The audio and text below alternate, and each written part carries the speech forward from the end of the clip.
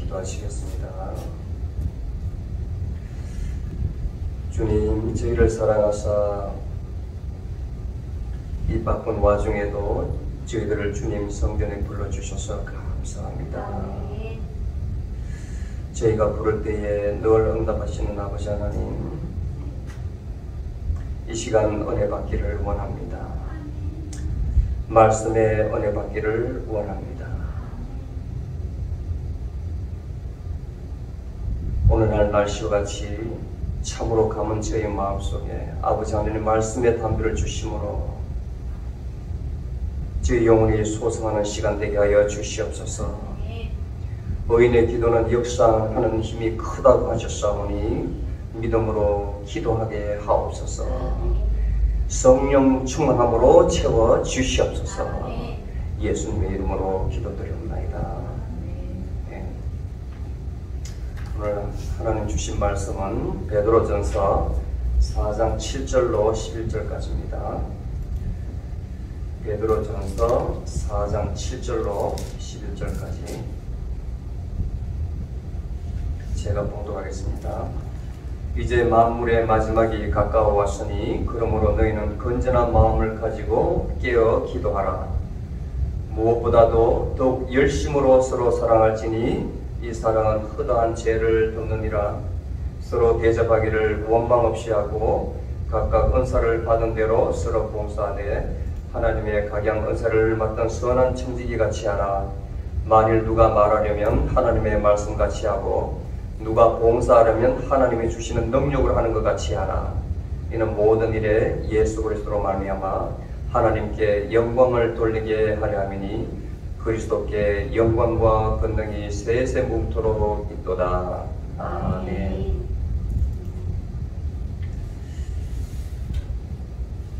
우연히 제가 기사를 보니까 이 말씀을 준비하면서 눈에 띄어가지고 우리나라에 여기가 아니고 한국에 무속인 인구가 그렇게 많대요. IMF 이후에 IMF가 제 기억으로는 1997년인가요? 그 무렵에 아마 IMF가 있었을 것 같은데 많은 사람들이 실직을 하고 거리로 나오고 이렇게 해서 주로 이제 산으로 많이 들어가고 그리고 이제 앞일에 대한 불투명성, 불확실성 때문에 답답한 마음에 전 보는 집을 많이 찾아갔대요. 그리고 그 중에 좀 끼어있는 사람, 배운 사람들은 그 사람들의 문화생이 되어가지고 전 보는 법을 배워서 무당이 되거나 또는 뭐 전 보는 집을 열거나 또 남자 같으면 박수가 된 사람이 많았다고 합니다. 그래서 문화관광부라고 있는데 등록된 내용을 보니까 성직자는 종교 종사자 이렇게 구분이 되고 이 전 보는 사람은 서비스업 종사자 이렇게 분류가 됐어요. 서비스업. 이제 마음을 달래주는 심리치료사라면서 100만 명이 넘는답니다. 그런데 이분들이 강남에 개업하면 이 버는 수입이 굉장하대요. 굉장하대요. 심지어는 자녀들도 입시생이 되면 고3이 되면 다 불안하니까 원래 학교에 당락이 되느냐 입학이 되느냐 떨어지느냐 된다면 어느 학교에 하느냐 묻는답니다. 어느 학교에 또 원서를 넣을 때 어느 학교에 원서를 넣으면 되느냐 돈을 많이 줄수록 좋은 답을 듣는다 그러더라고요. 지금 현재 그렇습니다. 현재. 그 다음 젊은이들 사이에는 타로점이라고 참 많이 본대요. 결혼 전에 우리가 궁합이 맞느냐 이 목사님한테 어떤 결혼 전에 카운셀링을 받아서 성경 말씀대로 부부로서 자격이 있느냐 어떻게 예비신랑 예비신부로서 교육을 받는 것이 아니라 점을 보러 가서 둘이 속궁합이 맞느냐 이걸 물어본대. 대부분 사람들이. 이건 뭐냐면 어떤 현상이냐면 앞일에 대한 불확실성 때문에 그렇습니다. 우리가 앞일이 어떻게 될지 모르잖아요. 남편이 사업을 하려 해도 이게 해서 성공할 것인지 또는 망해가지고 집안이 커들어갈 것인지 불안하지 않습니까? 그런 기도, 교회에서는 기도하라 이렇게 이야기하는데 실제로는 당장의 답을 들을 수 있는 점집에 가가지고 묻는 거예요. 그래서 점쟁이가 대박이다 하라 그러면 마음이 편해져가지고 막 너무 감사해서 돈을 엄청 주고 그렇게 하고, 하지 말라면 안 한다는 겁니다. 실제로 또 재벌가에서도, 우리나라 뭐 잘 나가는 현재 재벌가에서도 큰 일을 사업을 하면 그렇게 한다네요. 그렇게 한다네요. 오늘 본문 말씀과 연관지어서 제가 말씀드리는데, 이것이 지금 현재 사회적 현상이 아니라 늘 있어 왔어요. 미국에서도 1984년도에 레이건 대통령이 있었는데 아주 말이 많았었거든요. 큰 대사를 결정할 때에 미국에서는 점을 본다 하지 않고 그 점성술사라 해서 그 사람들 별자리를 보고 예측을 하는 사람인데, 레이건 대통령이 그렇게 했다 해서 말이 많았거든요. 근데 예수님 시절에 예수님께서 앞으로 올 날에 대해서 말씀을 하셨어요. 마태복음에 24장에 보면, 그 다음에 마가복음 13장, 그 다음에 누가복음 21장에 동일한 내용이 들어가 있어요. 동일한 내용이. 앞으로 제자들에게 이야기를 하기를, 앞으로 다가올 세상은 이런 세상인데 그런 세상이 오기 전에 이런 징조가 있다는 것을 말을 해요. 잠깐 보면 마태복음 24장 말씀에 보면 마지막 시대의 표징들이라는 게 있어요. 제자들이 묻습니다. 24장 3절에 보면 주의 임하심과 세상 맨 끝에는 무슨 징조가 있으리이까? 세상 맨 끝에는 무슨 징조가 있으리이까? 이렇게 묻습니다. 그러니까 예수님께서 제자들에게 대답하시되, 먼저 너희가 사람들의 미혹을 받지 않도록 하라. 그리고 많은 사람들이 내 이름으로 와서 나는 그리스도라, 저 그리스도를 말이겠죠. 많은 사람들을 미혹해 한다. 그리고 처처에 전쟁과 전쟁 소문을 듣겠으나 너희는 두려워하지 말라. 이 모든 일이 있어야 세상 날 끝날 날이 있다. 그리고 민족과 민족이 싸우고 나라가 나라와 싸우고 처처에 기근과 역병과 지진이 있으리니, 지금 우리가 겪는 이런 코비드-19 사태라든지 이렇게 가뭄이 드는 거라든지 전쟁이라는 것은 일종의 징조로 보는 거예요. 이 모든 것이 재난의 시작이다. 자, 그런데 성경학자들은 이 말을 하고 나서 지금 2000년이 지났는데 아무 일이 없잖아요. 전쟁이 있긴 있었지만 시대의 말은 아니지 않습니까? 말이 너무 많은 거예요. 바로 이것 때문에 이단이 나오는 거예요. 바로 이런 현상 때문에. 그래서 학자들이 말을 하는 것이 여러분들한테는 좀 어렵겠지만은 전천년설, 후천년설, 무천년설, 그 다음에 세대주의, 역사주의, 전천년설, 이 5개의 설이 있는데, 앞으로 올 말세에 대해서 학자들이 지금까지 2000년 동안 성 어거스틴부터 지금까지 많은 학자들이 만들어낸 이론이 5가지가 있어요. 말세에 어떠한 현상이 올 것이라는 것. 그런데 어느 하나도 완벽하게 성경이 맞진 않아요. 조금씩 성경이 부합되지만 어느 하나도 완벽하게 맞진 않아요. 제가 볼 때는 이걸 다 설명을 여러분들한테는 드리질 않겠습니다. 제가 볼 때는 이런 지식적인 말세보다는 믿는 자로서의 현재적 삶이 중요하지 않느냐 하는 생각이 들어요. 믿는 자로서. 근간에 들어와서 약 한 150년 전에 독일의 알프레드 리철이라는 학자, 그 다음에 아돌프 폰 하낙이라는 유명한 학자가 있습니다. 이 사람들은 우리 성경을 어떻게 보냐면 이런 말세의 징조들을 다 무시한 거예요. 그건 아니다. 예수님의 가르침은 하나님 나라라는 것은 우리 마음의 양심과 일치하는 것인데 도덕적 윤리적인 삶을 살아라는 것이다. 그리고 예수님 가르침은 이것인데 지금까지 많은 시대가 흐르면서 신학자들이 자꾸 껍질을 입혀가지고 알맹이는 여기 있는데 엉뚱한 것만 우리가 교육을 받는다는 거예요. 잘못된 신학을. 그래서 이게 한동안 엄청나게 지금까지도 영향을 미쳐요. 영향을. 그 다음에 루돌프 불트만이라는 또 신학자가 있는데 이 사람도 독일 사람인데 이 사람은 실존주의, 쉽게 말하면 종말론을 가진 사람인데 항상 현재를 보는 거예요. 현재가 종말이라는 거예요. 현재가 종말. 개인적 삶에 봐서 사람이 언제 죽을지 모르잖아요. 자다가도 죽을 수 있고 차 몰고 가다가 죽을 수 있으니까 현재, 지금 현재 항상 결심을 하는 지금 현재가 정말 최선을 다해서 살아라는 그런 관을 가지고 있어요. 이 사람은. 그 다음에 또 한편으로는 몰트만이라는 사람, 이 사람도 이제 독일 신학자인데 2차 세계대전 때에 포로로 잡혀있다가 독일 사람이니까 영국의 포로로 잡혀있다가 풀려난 사람인데 또 디아올로지 오브 호프, 희망신학으로 아주 유명해요. 이 사람은 자기가 죽다가 살았기 때문에 이 성경에 가르친 종말론은 미래에 대한 희망이라고 보는 거예요. 하나님 언약이 실천돼가는 과정이라고 보는 거예요.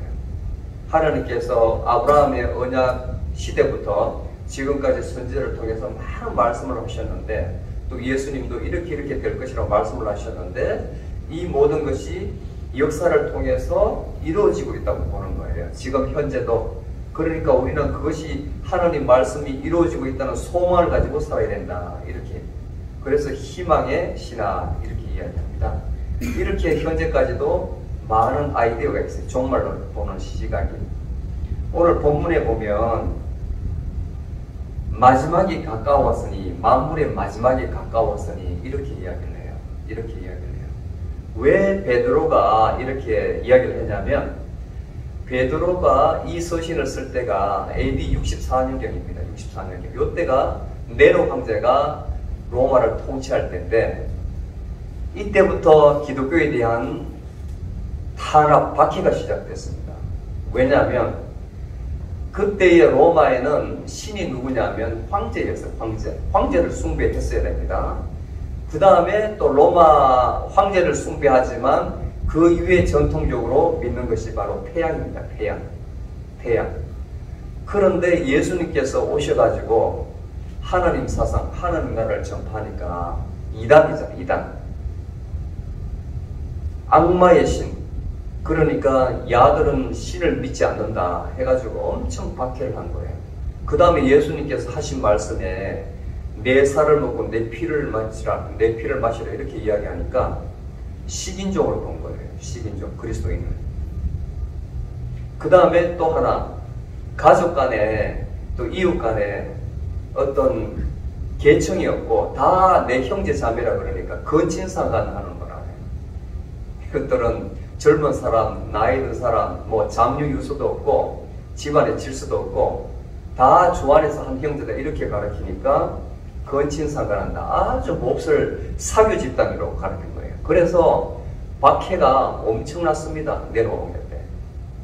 아예 뭐 죽이는 것도 아깝다 해서 뭐 불에 태워 죽이고 원형 경기장에 사자의 먹잇감으로 죽기도 하고 그게 약 260년간 지속됐어요. 260년간. 네로 때부터 시작했어. 그때는 산발적이었고 그 다음에 AD 98년부터 250년도까지 약 한 160년간은 산발적으로 전역에 로마 전역에 다 박해가 시작되었고 그 다음에 260년부터 313년 콘스탄티누 황제가 밀라노 칙령으로 기독교를 공인할 때까지 그때는 완전히 대대적으로 숙종하기 시작했어요. 굉장히 박해가 심했어요. 이때에 박해가 시작될 때에 이 서신을 썼는데 믿는 성도들에게 위로를 주기 위해서 베드로 전서를 쓴 거예요. 위로를 주기 위해서. 너희 현재는 탄압을 받고 있지만 너희들에게는 미래에 대한 소망이 있다. 근데 그 소망이 죽은 소망이 아니고 living hope, 살아있는 산소망이라고 가르치는 거예요. 산소망. 너희들 이 육신은 아무것도 아니다. 너희 영은 영원히 죽으면 하나님의 영광스럽게 하고 죽으면 나중에 하나님과 영원의 천국 잔치에 참여할 것이다 가르치는 거예요. 그리고 너 현재 지금 이 말세 시대에 이 어려운 시대에 살고 있지만 너희들 삶의 자세, 기독교인으로 자세로서 어떻게 살아야 되는가 캄팩하게 아주 간단하게 오늘 말씀을 하는 거예요. 첫 번째가 뭐냐면 깨어 기도하랍니다. 깨어 기도하라. 안면이 많죠. 이 기도하라는 말은 참 많이 나옵니다. 데살로니가 전서 5장 16절 18절에 보면 항상 기뻐하라. 항상 기뻐하라. 그리고 뭐라고 되어 있으면 두 번째 기도하라. 기도하라. 그런데 쉬지 말고 기도하라. 오늘 본문 말씀은 깨어있어 기도하라. 쉬지 말고 기도하라. 그리고 범사에 감사하라. 이것이 그리스도 안에 있는 하나님의 우리를 향한 뜻이니라. 하나님께서 그리스도 안에서 우리를 향한 뜻이 바로 세 가지예요. 세 가지. 항상 기뻐하고 기도하고 범사에 감사하는 것. 오늘은 깨어있는 마음, 건전한 마음, 딴 마음을 품지 말고 건전한 마음, 깨어있는 마음, 순박한 마음으로 기도하라는 거예요. 기도하는 거예요. 겁내지 말고. 막 기도할 때도 사심을 가지고 기도할 때 있잖아요. 사심을. 그러면 엄청난 마귀의 장난이 많습니다. 다른 종교에서는 마군이라고 하는데 마귀의 장난이 굉장히 많아요. 눈앞에서 또 마음에서 생각에서 계속 그 기도를 방해하는 거예요. 그 어떤 경우는 기도할 때에 30분, 1시간을 눈 감고 싸움을 하고 정말 그 마음에 들어가서 깊숙이 깨인 마음으로 들어가서 기도할 때가 있다. 금방 기도가 안 되고 눈을 감으면 얼마나 많은 것들이 생각이 나는지 여기저기에서 마치 왜 한국에 가면 도깨비 때리는 거 있잖아요. 돈 넣으면 푹 나오면 팡 때리고 들어가면 또 여기서 푹 나오면 막 때리고 하는 거 있잖아요. 알아요? 게임하는 거? 해보셨어요? 그걸 알아야 같이 대화가 되는데 때리면 하여튼 여기 나오고 여기 때리면 여기 나오고 하는 게 있어요. 그런 게임. 그렇게 생각이 여기저기서 막 솟구치 나와서 이렇게 기도하는 것을 방해해요. 어떻게 기도하는 것? 깨어서 기도하는 걸 방해한다고. 깨어서 기도한다는 것은 그야말로 깨끗한 마음에서 기도하는 걸 말해요. 하나님과 1대1로 기도하는 그야말로 영과 영이 대화하는 시간입니다. 기도는 대화하는 시간입니다. 하나님과 대화하는 시간입니다. 그런데 방해하는 거예요. 이제 이 마지막 때는 산술적으로 지금 때가 왔으니까 마지막이다 이게 아닙니다. 왜냐하면 하나님 앞에서는 하루가 천년 같고 천년이 하루 같다. 그래서 너희들이 기도하고 원하는 것이 당장 이루어지지 않는 것은 하나님이 거짓말하는 것이 아니고 오래 참음으로 너희들이 회개하고 구원받기를 원해서 그렇다. 이렇게 이야기를 합니다. 늘 우리 믿는 자는 말세에 대비하는 자세는 그 말세가 지금이든 천년 후에든 만년 후에든 관계없이 현재적 삶으로 현재에 늘 깨끗한 마음으로 기도하는 생활을 해야 됩니다. 아멘. 두 번째는 사랑하라. 이건 뭐 너무 들어서 여러분들 인이 박혀가지고 이제 무덤덤 할 거예요. 하도 이 말을 들어서 기독교는 본질은 사랑이다. 사랑하라 사랑하라. 그런데 그 말이 실천적으로 되지 않으면 힘들잖아요. 그죠? 왜 안 될까요? 왜? 저는 이런 의문을 참 많이 품었었어요. 제가 어릴 때는 부모님이 이렇게 하면 그렇게 하지 않으면 부모님이 무서워가지고 하기도 하고 그 다음에 학교에 가면 선생님이 그야말로 군사부 일체였습니다. 군사부 일체. 학교에 가면 선생님이 그렇게 존경스럽고 선생님 말이 하늘인 줄 알았거든요. 근데 일치하니까 하는 말씀이 그 가르침을 그대로 했다고. 1970년대까지만 해도 그렇지 않습니까? 아버지 어른 어려운 줄 알고 이웃의 어른들한테 예의 갖추고 어려운 줄 알고 학교 선생님 어려운 줄 알고 그랬던 시절이거든. 그게 성경적입니다. 성경적입니다. 근데 그때에 그걸 지키지 않으면 그야말로 죄의식이 쌓이는 거예요. 죄의식이. 그런데 제가 이제 청년이 되어가지고 어릴 때 10대 때 교회에 나가서 믿었던 것하고 20대에 다시 이제 조금 세상을 약간 발을 디뎌 있을 때에 성경을 믿는 것하고 30대, 40대, 50대 지금 틀려요. 그 깊이가 틀리는 것이 왜 안 될까? 이게 왜? 그래서 학설이 많은 거예요. 안 되니까. 분명히 가르침은 이렇게 있는데 성도의 삶은 모든 복음서와 모든 서신 마지막에 꼭 있어요. 너희들은 이렇게 기독교 교리를 가르치고 나서 너희들은 이렇게 살아야 된다는 것을 꼭 주문을 하는데 설교를 할 때 보면 어려운 교리만 잔뜩 가르쳐 놓고 뒤에 삶은 굉장히 허지부지하게 가거든요. 그런데 그게 보면 저부터도 그 말을 100% 지킬 자신이 없으니까 그런 거. 그다음 왜 지킬 자신이 없느냐? 그 원리를 모르기 때문에. 원리를. 계속 예수님만 믿어라, 하느님만 믿어라 하고 인간에 대해서는 너무 아는 것을 덩하시하는 거예요. 가르치지 않는 거예요. 우리의 상태. 죄인이다고만 코너에 몰아넣고 그러면 인간의 상태가 어떤데? 구체적으로 들어가서 인간이 이러한 상태이기 때문에 어떠한 원리로 인간을 끼워야만 자기의 자아를 끼워야만 이게 들어갈 수 있다. 하나님 자리에 들어갈 수 있다는 그 원리가 없는 거예요. 원리가. 그걸 찾는 데에 제가 10년이 넘게 걸린 것 같아요. 그 찾는 데에. 그 저 나름대로 그림을 그려가 맵을 다 그려놨어요. 맵을. 왜 사람이 이렇게 지음을 받느냐. 하나님 형상대로 지음을 받았는데 그러면 하나님 속성대로 살아가야 되는데 안 되지 않습니까? 아담의 타락 이후로 안 된다고요. 돌아와야 되는데 그 형상대로 돌아오지를 못한다고. 큰 벽이 있기 때문에 큰 벽. 그 벽을 넘지를 못해 인간들이. 왜? 내가 지은 죄가 있기 때문에. 왜 죄를 짓느냐? 사람이 이렇게 생겼기 때문에 죄를 지을 수밖에 없는 거예요. 그 죄가 켜켜이 쌓여져 있는 거예요. 여러분들 의식 구조에, 저의 의식 구조에. 그러면 그것을 어떻게 다 끄집어내고 마음의 썸뿌리라는 그것을 다 캐느냐, 과거를 지울 수 있느냐, 그 원리를 알아야 된다. 원리를. 어떻게 하면 지울 수 있는가. 그래야만 내가 바로 오늘 본문에 말씀하는 끼어 기도하는 것도 원활할 수 있고, 그 다음에 이 사랑하라는 말도 내가 실천적으로 할 수 있고, 왜 사랑해야 되는가? 사랑할 수밖에 없는 거예요. 자기가 잠깐 세상 마음으로 뺏겼을 때는 안 되지만 다시 본 마음으로 돌아오면 바로 앞에 있는 여러분이 나기 때문에 사랑할 수밖에 없는 거예요. 상대방을 미워하면 나를 미워하는 원리이기 때문에 그렇게 되어 있는 거예요. 구조가. 하나님의 영을 가진 사람들은 다 나이기 때문에 그 사람을 미워하면 결국 나를 미워하는 것입니다.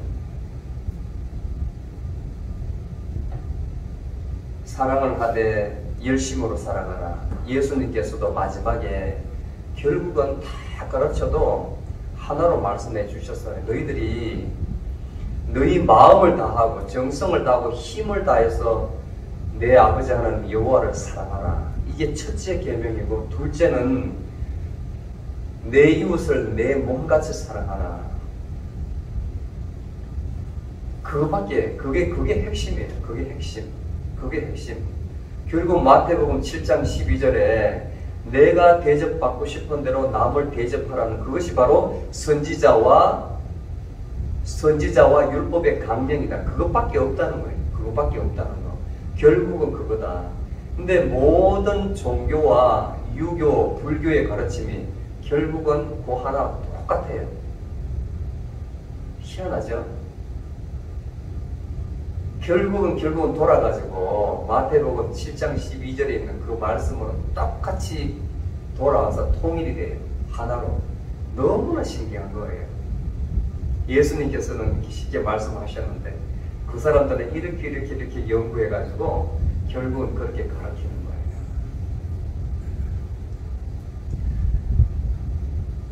열심으로 살아가라. 왜냐하면 이 사랑이라는 것은 결국 용서이기 때문에 자기가 용서함을 받는 거예요. 자기가 용서함을 받는 거예요. 남을 미워하면 결국은 자기 죄만 계속 사는 거예요. 그 사람에 대한 어떤 앙심이 있거나 그러면 그거 어떡할 겁니까? 본인이 괴로운 거죠. 본인이. 그렇지 않습니까? 그래서 아마 예수님께서 원수가 너의 오른뺨을 때리거든 왼쪽 뺨을 대어주라, 그 말이었던 것 같아요. 왜냐하면 자기도 때리면 그 순간 마음은 편하지만 그 사람이 나중에 칼 들고 와 찌르면 어떡할 거예요? 결국은 자기가 죽는 거 아닙니까? 거기서 끝내라는 것 같아요.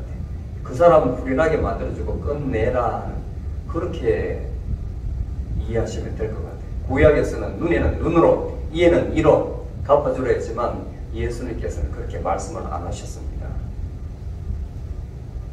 결국은 내가 용서받는 길이다. 열심히 사랑하면. 아멘. 세 번째는 서로 대접하기를 원망 없이 하고. 왜 이 말을 썼냐면, 원망 없이 하고 부가적으로 듣냐면, 서두에 말씀드렸듯이 이때 박해가 많았어요. 내가 기독교를 믿는다면 죽을 판인데, 믿는다는 성도, 내 형제자매, 이웃을 내 집에 불려서 도망왔는데, 야, 너 모른다. 문을 탁 닫아버리면 내 살기 위해서. 그렇잖아요. 그러니까 이때 얘는 너 해필이면 우리 집에 왔느냐, 다른 집에 가라, 이렇게 하지 않고 받아들이는 거예요. 내 형제를 받아들여라. 그래서 대접하라는 거예요. 그때 지금도 많은 동굴이 있습니다. 동굴이. 거기에 도망을 가가지고 동굴을 파서 그 안에서 시편을 읽고 말씀을 리사이테이션하고 애들을 가르치고, 예, 그런데 현재 지금도 남아있어요. 지금 그 동굴이.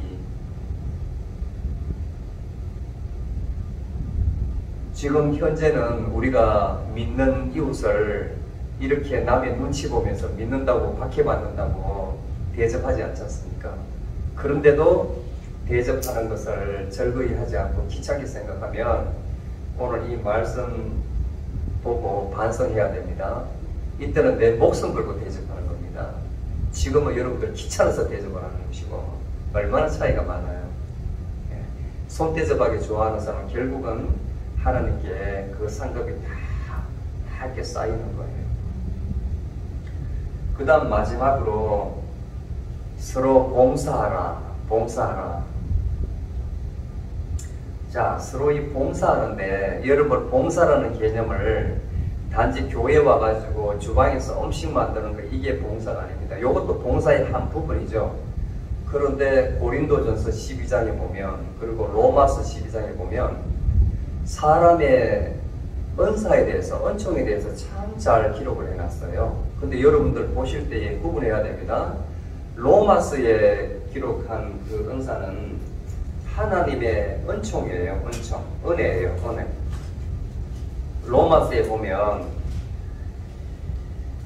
우리에게 주신 은혜대로 받은 은사가 각각 다르니, 자, 이때는 하나님이 개인에게 주신, 성도들에게 주신 은혜입니다. 은총입니다.